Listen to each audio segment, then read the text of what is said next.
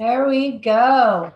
Hello, everybody. Welcome back to Mastering the Drop, a real view of recovery, where myself and my guests always come in to talk with you about whatever topic it is that is on the docket for the week.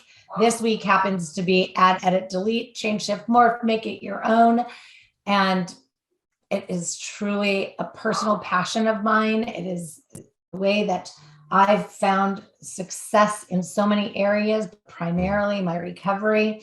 But today, my esteemed guest, Mr. Stephen Neff, coming to us all the way from New Zealand, has shown up for us today at 7 a.m., which I think is just so wonderful that you were willing to do that for us. I've been a guest on your show, and we've realized that we're actually part of the same summit this week, and that we know even more people in common, which I think is just awesome and amazing.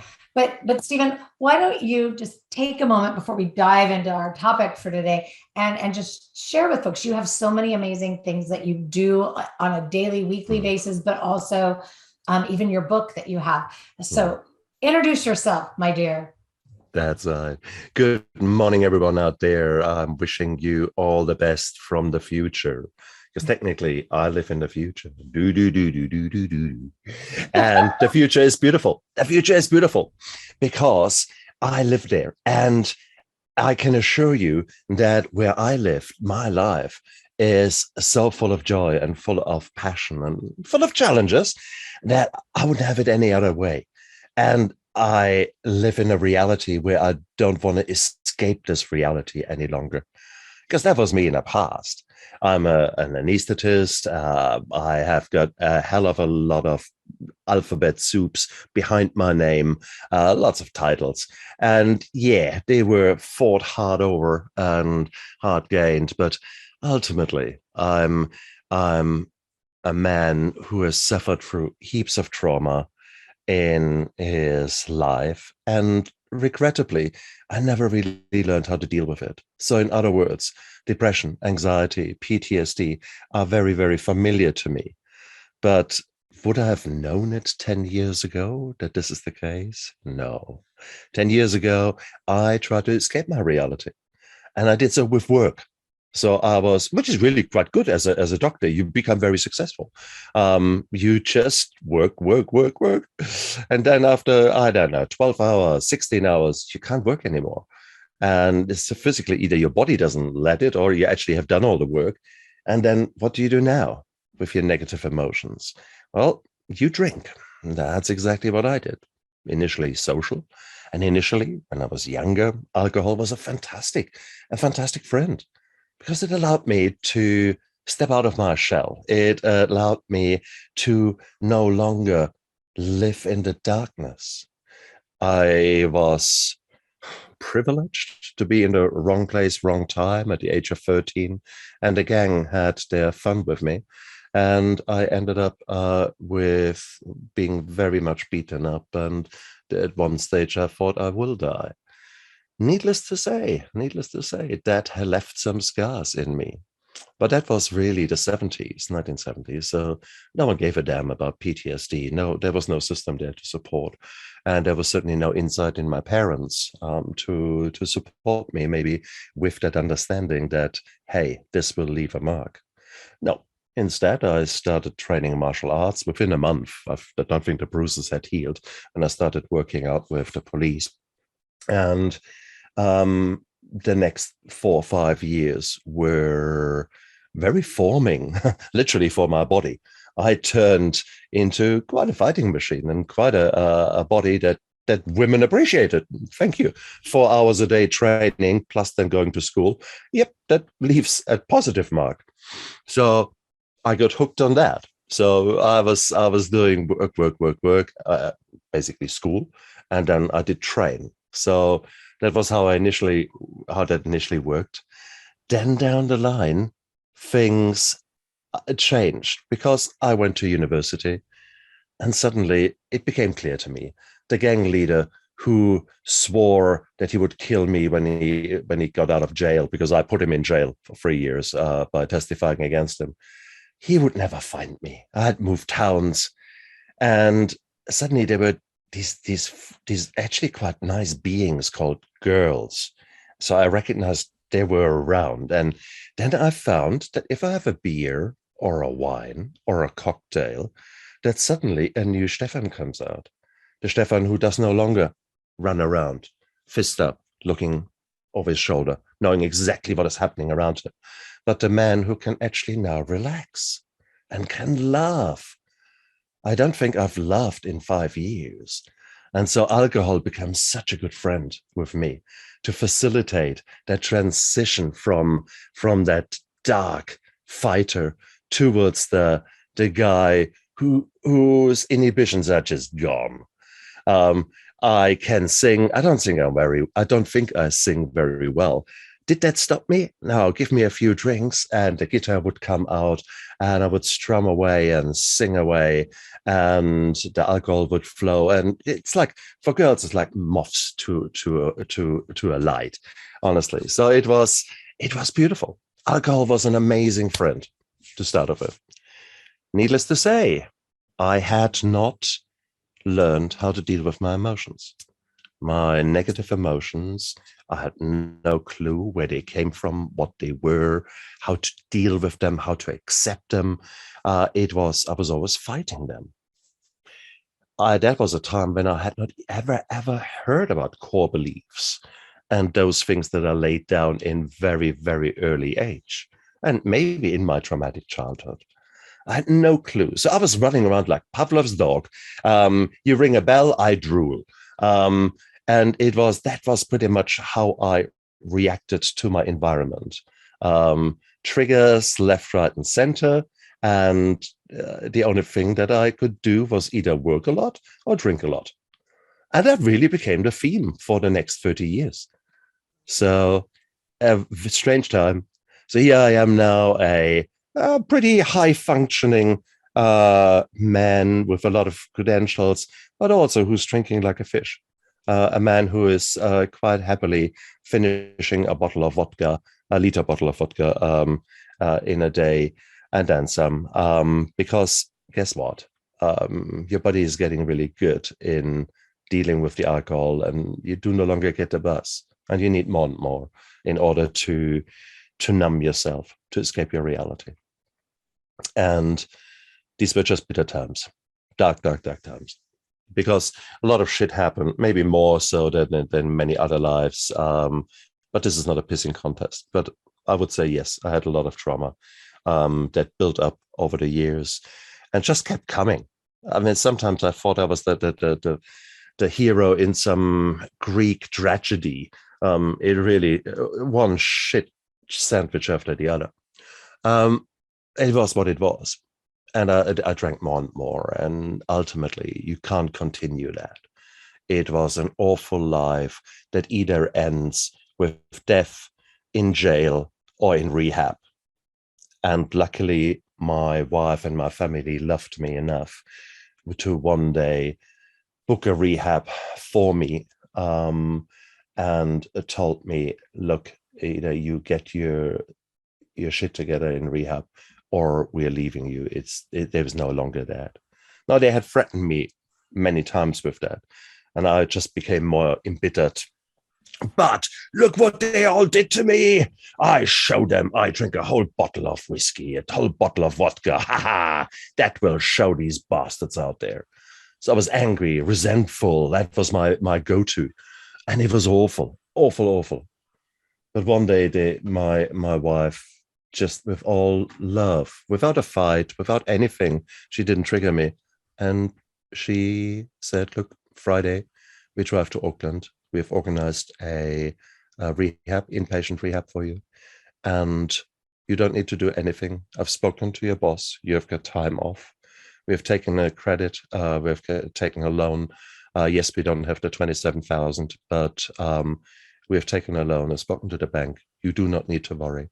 You just need to get better. And this virtually unconditional love completely disarmed me. Because deep inside, I knew that I was a mess. But I was the fighter. The fighter defined me. I was the man who could, who showed a work ethic that made other people just look up with awe. And I addressed everything in my life. I'm fighter. What do you mean you know better than me? No, I show you. It was that kind of thing. I put myself on really high standards, and needless to say, I couldn't fulfill them. So my to-do lists at that time were covering those things that you maybe can achieve in a month. And I expected myself to do it in one day. And needless to say, I was a failure because I proved it every single day to myself. I'm a failure. Talk about rotten core beliefs. Talk about the need to add and delete here. But no, I couldn't see it. I didn't know it. I didn't know my emotions. I just knew that alcohol felt good. And for those of you out there, guys, let's not be silly. Let's not beat ourselves up because at one stage in your life, you have drunken a lot. And that served a purpose, because the alternative at that time would have been huge pain, typically. And so therefore, it served a purpose then. The problem is it really still serving a purpose now? And are there maybe no better ways to deal with life?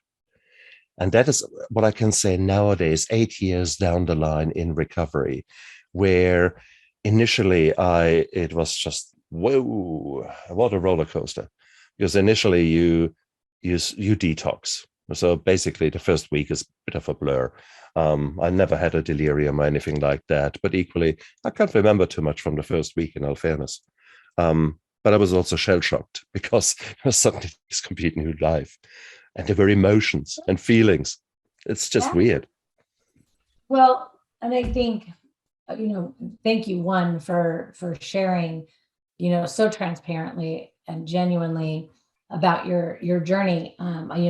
I always have related to that piece because I also have like this, 30-year story I can talk about, with my relationship, that is with alcohol, and a long recovery story, because there was, different things. There was, eating disorders and, body image issues and trauma to heal from and things like that. And I also was very lucky to have that unconditional positive regard and love and support from my spouse. And so that is, just thank you for, also sharing, your story, your journey there. And I love how, you talk about, like, even before we get clean and sober, we have the need to add, edit, and delete.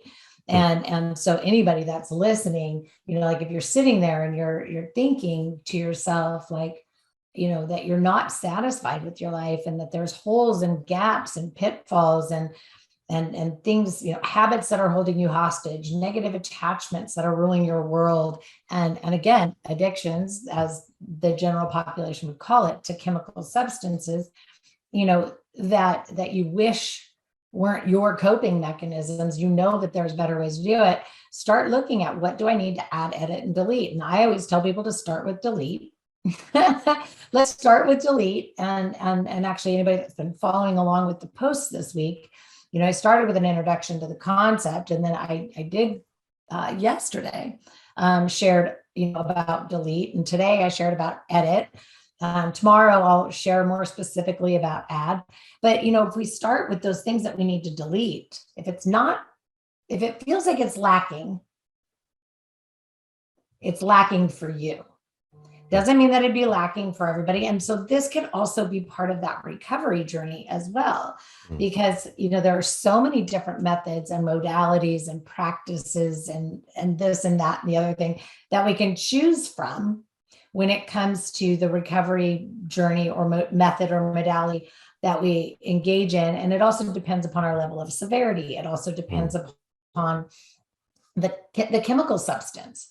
because we all know high levels of alcohol and or benzodiazepines, so the anxiety medications, those are very dangerous to detox of, right? So those that already in and of itself has a level of severity that says, well, I want to delete this, but I better do it safely. And I gotta, look at where I want to do that. There are other things that you can stop using without any physical danger to yourself. Sure, it's helpful to have, support with them, but you're not going to die from an opiate withdrawal. You just feel like you're going to die from an opiate withdrawal, right? But it's literally not going to happen. But, so there's those different levels of severity that we also want to take into consideration when we're looking at, how do I want to add, edit, delete?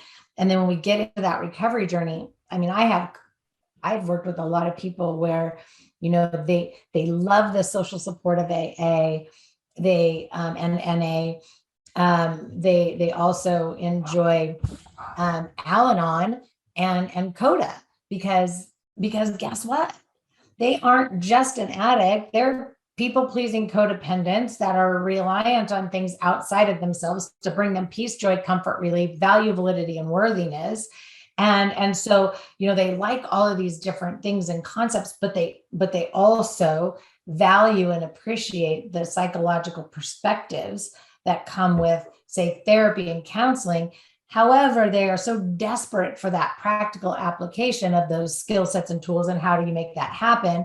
So naturally they're working with me because that's like my specialty. But so there's so many people out there that are willing to build themselves a team so that they can get what they need, right? And basically my whole concept with this is that this is our life too. It gets to look, feel, be however we want it to. We get to choose, we get to create it. And so there isn't a one size fits all for anything. There's not one form of addiction. There's not, it's just not that rigid. And there's not just one way to do recovery. There is, the only way for you to do recovery is the way for you to do recovery for you. And that means you have to be looking to investigate it. And so sometimes that means mixing things up, building, creating a combination. I think the key thing there is, you're quite right, the add and delete is perfect there. Having said that, the start of your journey with any chemical addiction, at least, should be pretty uniform, whatever you choose thereafter. I wrote about it quite here in my Steps to Sobriety. That's sort of my book. And in there, I recommend you strongly to work together with someone who has helped other addicts to go through that journey.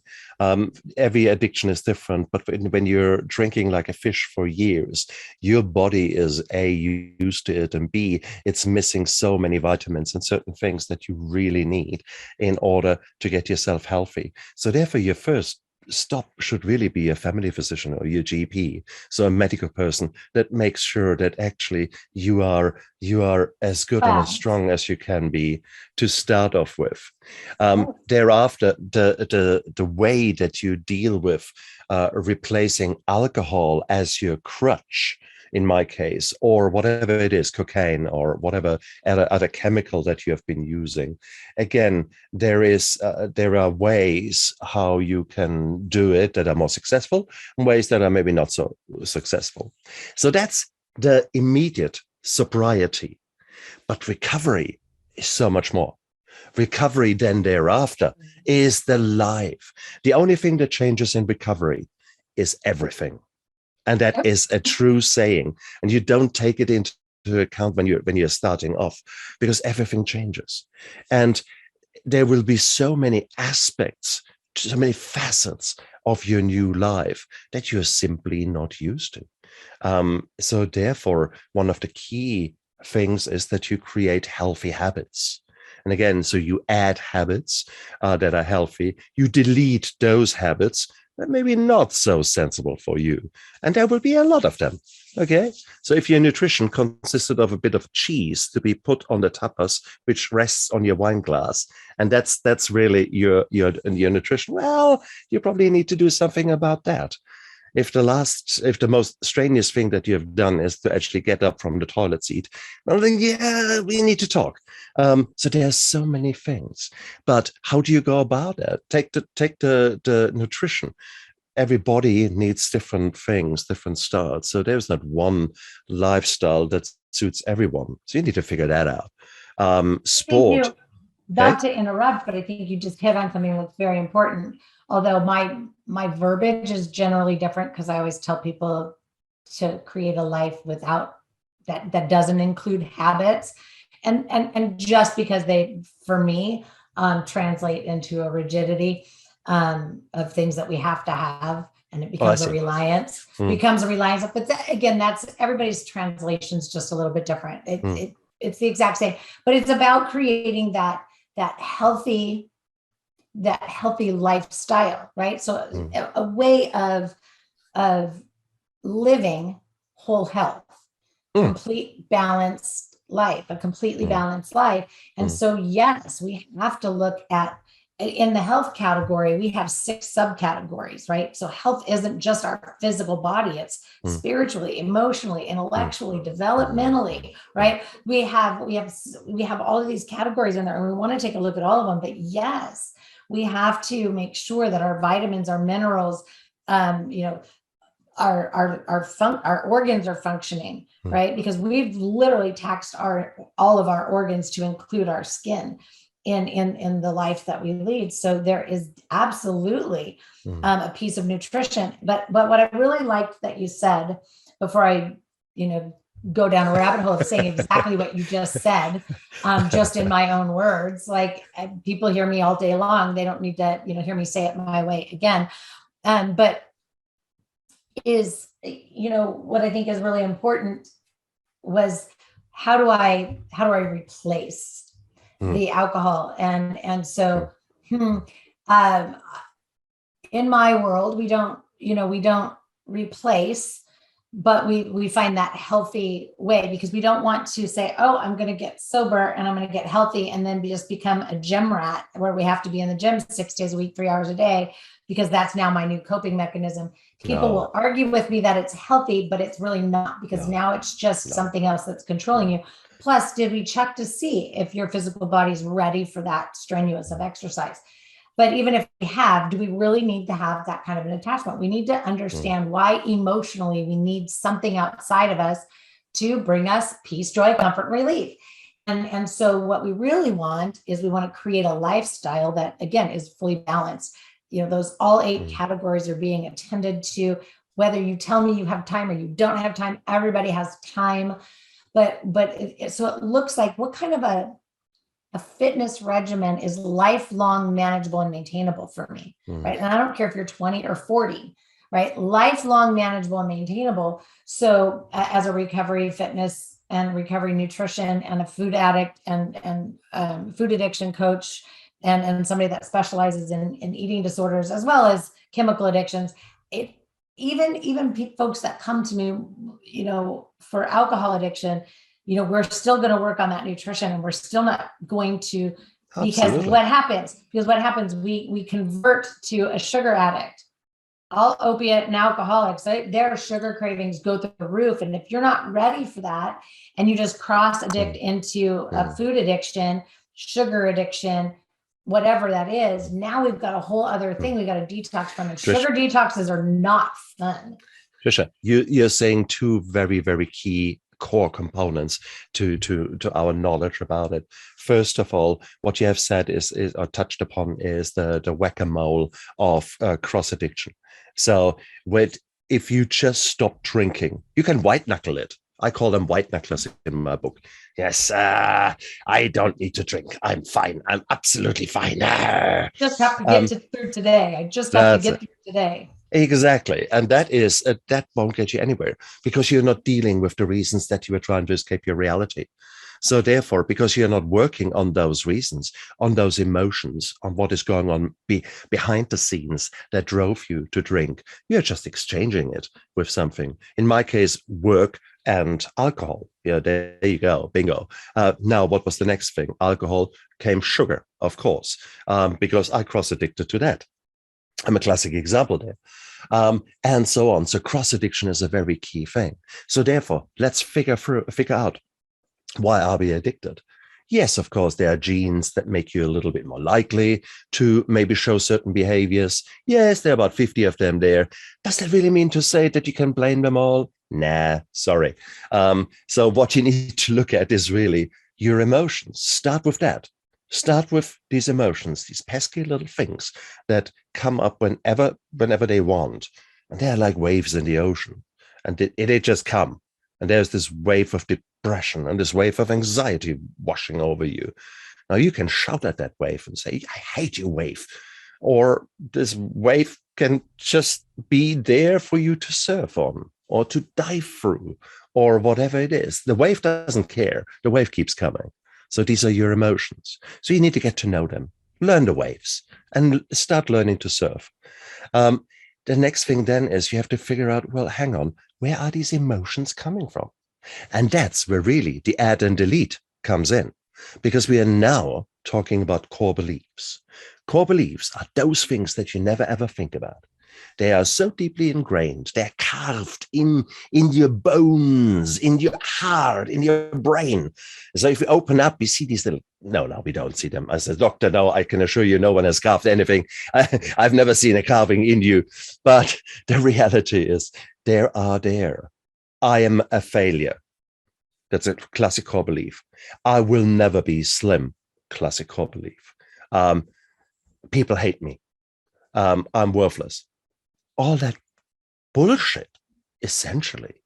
But these are beliefs that are laid down at a very early age, often in childhood, early childhood, due to some maybe innocent comment or a strange comment. You might have even misunderstood that comment or that situation. But suddenly it is your fault that mommy and daddy are separating. And therefore, it is your fault that if daddy is getting angry. So it's those kind of weird, shitty things. If you actually put a spotlight on them, you think, huh? How? When you spell them out, write them down. It is bizarre. You hit it on the head, though. It's just that conditioned way of being. And if we all look back to, it's that... clean your plate. It's that, as from the childhood, finish everything on your plate, or why are you eating so much? I have so many clients, anyway. So you have that conditioned way of being, but also because you touched on our genetics. There are so many people that genetically have addiction on all sides of them, but still don't ever come out with a chemical addiction, right? So I want all of you to hear shopping addicts, people-pleasing codependents, workaholics, it may be manifesting in that way. But so there are plenty that don't actually, do that. But if we look at our reward system as children, right? Especially us in your 70s, when we fell down, scraped our knee, what did we get? A popsicle, go to the dentist, or you go to the doctor and get a shot, you get a lollipop. It's your birthday, you get a cake, and you accomplish something, you have a big fat dinner with all the everything and the desserts. Everything is this hand-to-mouth reward system that how can it not become your conditioned way of being? And then you insert, especially again for our generation. I know I was led by the example of, when you get ready to walk out the door, of the house, like you are all put together, right? You smile, you got your best clothes on, there was no problems. We leave our problems at home, and usually we just sweep those under the rug too. And we don't talk about them. So we weren't even led by the example of how to effectively talk about our emotions or our fears or our, traumas. I didn't talk about my traumas to anybody until I got sober. And then no, hey, you want to know why? Here, let me tell you all about it. And my story starts at the age of 4. I got lots of traumatic stories to talk about, but and so my conditioned way of being was I restricted food, or or I didn't restrict. And then I would, maybe overcompensate or eat the sugar, or you know what? When I wasn't drinking or restricting my food, I was in the gym bodybuilding. Right. And had all these different perfectionisms, right? And even Well, as a small that's child. where I trained 4 hours a day in martial arts. So, Yeah. talk already about escaping and an unhealthy way of living. But at that moment, it makes sense for you. At that moment, all those behaviors sink down to the need of oxygen, water, shelter, fire, alcohol, or sport, or sugar, whatever it is. That's where the addiction really hits you. It is a disease that manifests itself in your reward system. So it's an abnormal reward system in your brain and an absolute abnormal memory laying system, because your body now suddenly equates your behavior to, oh, that feels good. Oh, I like it. What was that? Oh, alcohol, or 3 hours opiates to exercise. Oh, I like that. I need to have that. So that's the important bit.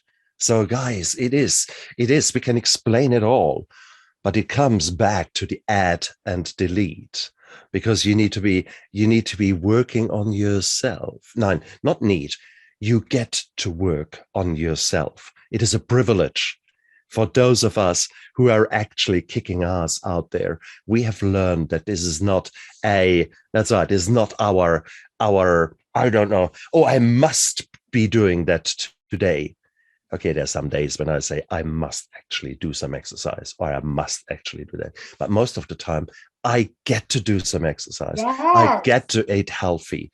This is a privilege that I've earned the hard way. So it is a glorious life. It is a weird life awaiting you out there. But that life, you need to work on it. So you either work on your recovery or you work on your relapse.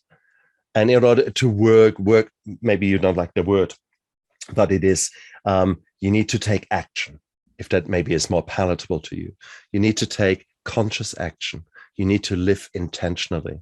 You need to know what your body is telling you. So we're coming back to the emotions and maybe to the core beliefs, but to the emotions, you need to say, okay, hang on, this is now the third time today that I'm angry.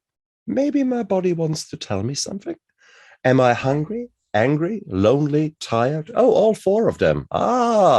Maybe not surprised that I'm behaving like a grumpy bear. So this is the beautiful journey that you get to go on. You get onto this journey of discovery. Lord of the Rings, move over.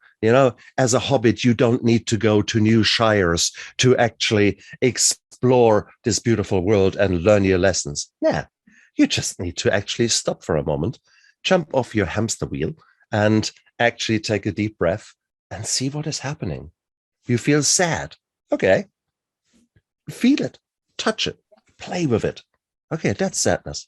How do I look like? Okay, my shoulders are down. I breathe shallow. I'm a bit sad, so I need to hang my head down. Experience that. And then say, well, okay, thank you very much. So that's how I feel, or how they need to behave when I feel sad. So maybe if I straighten myself out, what happens when I sort of look up into the air and say, yeah, I feel like a hero. I feel like that. Now try to be sad again. Try, come on, you can do it. You can, be sad, be sad. It's really hard. Okay, so experience what's going on in you and feel those feelings and see what it does to your body. Play with it. And then suddenly say, okay, hang on, I'm no longer sad. So how did you do that? You just did that. Your superpower. You're my Superman, because you can change. And that's what this is all about. Add and delete. Add and delete. This is such a powerful theme. This is the core to living a life of passion. So go out there, grab it, and do it. You are so awesome. I'm going to illuminate the piece that we haven't spent too much time talking about, which is edit. And I just want to seriously as we're, approaching our wonderful time period here, but I wanted to make sure everybody understands, like, you get to edit. So if you find a method or a modality that is speaking to you, at least in some senses, like, it needs to speak your language. So when you're seeking whatever it is that you're going to follow, whoever it is you want to work with, whoever it is you want to be your therapist, whatever treatment program or facility or detox program that you're going to go to, even if, and I get it, some of us are at a higher level of severity and we can't necessarily do this. However, we have family members that are helping us. Let's make sure it's going to speak your language. Don't just go to the closest one around the corner down the street because it's convenient. It might be, right? Because we don't want to send, I don't want to send somebody that's, completely into, say, meditation and yoga to a ranch where they're going to be digging holes and planting trees. Now, that might be great because they're going to experience something new, but it may also not be great, right? It depends on how open that person is. But so when you do get there, though, and when it is speaking your language, please take your autonomy and own it, because you have the autonomy to edit everything inside of that. Do not try to fit your life into that method or modality. Take that method, modality, program, whatever you want to call it, and edit, delete, but edit it to fit into your life, to accentuate your life, to draw out how you want to experience living, how you want to see yourself living, how you want to experience your environment, and how you want your environment to experience you. Because it's about you. It's not about the program. It's about you. It's not about the treatment provider, the coach, the therapist, whatever. It's not about them. It's about you. And if they're not showing up in a stance that says, I'm here for you, I'm going to, make recommendations. I'm going to be here to support you, or, I'm going to teach you and guide you, but I'm only going to do that in the name of how it's going to serve you. If they really are only, like, this is the way it works, you got to do it this way, right? It's not about that. It's about teaching you, showing you, guiding you, supporting you in a way that you can translate, right? Think of it as learning a foreign language, because it's, for all intent and purposes, the same thing. Now, you have to be able to translate it. You have to, be able to translate that into your life. So you're learning a new language, you're creating a new way of living, you're creating a new lifestyle for yourself. Make it be one that's going to serve you in all categories of your life. And for you first. We always have to live for ourselves first without feeling guilty, selfish, punished, or restricted. Don't do it for anybody else but you. Do it for yourself, and then learn how to effectively invite your people, right? Your environment, invite them, learn how to invite them to experience you in this new lifestyle. Anyway, that's my sermon for the day. Two things I want to add there. If you have never tasted broccoli, you don't know if you like it or not. So therefore, since all of you haven't gone out there and tasted every single bit of meditation, of breathing exercises, of sport, of sober fun, you have no bloody clue, because you've numbed yourself for the last 25 years.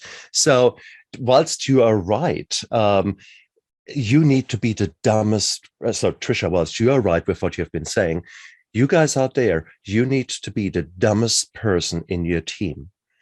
It's no good that you try to say, no, I'm the boss. I know what's best for me. You know shit. You know shit when you are coming out of your addiction, out of your sobriety, into sobriety. You need someone who is by your side, who is listening to what you're saying, and who's also listening to what you're not saying. So therefore, you can't do it alone. You need to be with someone. So whilst I absolutely applaud Trisha what she is saying, I also see the risk of someone who has achieved a lot, a type A personality, to take over and to say, no, I know it all. I know it all. I was that know-all. I could smell a depression a mile away in a patient. Did I see it in myself? Nah. Okay, I could see an alcoholic a mile away. And me, oh no, I was just having a social lifestyle. That kind of bullshit. So no, Right. You need a team. Well, no, absolutely. So absolutely, I'm not suggesting that people can figure it out on their own. I'm definitely suggesting that we have the team, but edit that team and make it the team that's going to serve you, right? Because we absolutely need the modalities are there for a reason. There's a continuum of care for a reason, and every level of care has a purpose and an effective purpose. And so if you want to try to just do it from social support, where if you look at the assertive continuum of care, we've got to start with detox, and then we, and not everybody needs detox. I will go to say that, but if we did it in order, it would be detox, right? Residential, partial hospitalization, intensive outpatient, right? And partial hospitalization goes in there, sometimes in different spots. But then we have, right? So now once we get to the residential's over and we're going into intensive outpatient, sometimes that's not enough still. Because now we're just looking at 3 hours, 3 nights a week, and then what? We're left at our own, on our own record. So we want to, bring in that social support of AA. So we have people to hang out with, but we also might want to coach, because we might want somebody that can be in our life and teach us how to open the refrigerator, go shopping, whatever, but also work with us on our core beliefs, because your therapist can only be there as much as your therapist can be there. And anyway, so there's a whole way to edit the system and make sure that it's fitting your needs, so that you come out with what you need for you in your life. Anyway, it's always a major pleasure being in the same space with you. Again, we were at the Rise Above Summit this week. You already spoke. Mine was today.